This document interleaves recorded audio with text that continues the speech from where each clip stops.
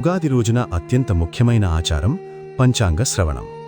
ఈ పంచాంగ శ్రవణం ద్వారా కొత్త సంవత్సరంలో గ్రహాల స్థితి, వర్షపాత పరిస్థితులు, వ్యవసాయ పరిస్థితులు, ప్రజల జీవితాలపై ప్రభావం వంటి విషయాలను పండితులు వివరిస్తారు. అందుకే ఉగాది రోజున పంచాంగ శ్రవణం వినడం ఎంతో శుభంగా భావిస్తారు. Dessert Bloom. ఉగాది సందేశం. ఉగాది మనకు ఒక గొప్ప సందేశాన్నిస్తుంది. గత సంవత్సరం జరిగిన అనుభవాలను గుర్తు చేసుకొని కొత్త ఆశలు మరియు కొత్త లక్ష్యాలతో కొత్త సంవత్సరాన్ని ప్రారంభించమని సూచిస్తుంది.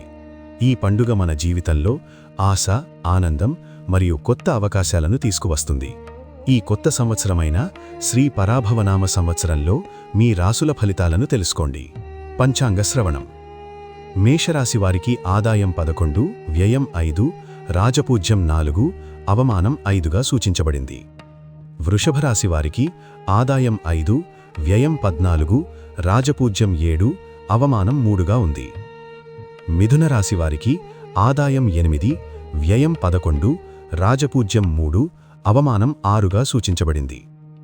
కర్కాటక రాశివారికి ఆదాయం 2, వ్యయం 11, రాజపూజ్యం 6, అవమానం 1గా ఉంది. సింహరాశివారికి ఆదాయం 5, వ్యయం 5, రాజపూజ్యం 2, అవమానం 7గా సూచించబడింది. కన్యరాశివారికి ఆదాయం 8, వ్యయం 11, రాజపూజ్యం 5, అవమానం 2గా ఉంది. తులారాశివారికి ఆదాయం 5, వ్యయం 14, రాజపూజ్యం 1, అవమానం 6గా సూచించబడింది. వృశ్చిక రాశివారికి ఆదాయం 11, వ్యయం 5, రాజపూజ్యం 4, అవమానం 5గా ఉంది. ధనస్సు రాశివారికి ఆదాయం 14, వ్యయం 11, రాజపూజ్యం 7, అవమానం 3గా సూచించబడింది. మకర రాశివారికి ఆదాయం 2, వ్యయం 8, రాజపూజ్యం 3, అవమానం 6గా ఉంది. కుంభరాశివారికి ఆదాయం 2, వ్యయం 8, రాజపూజ్యం 6, అవమానం 1గా ఉంది.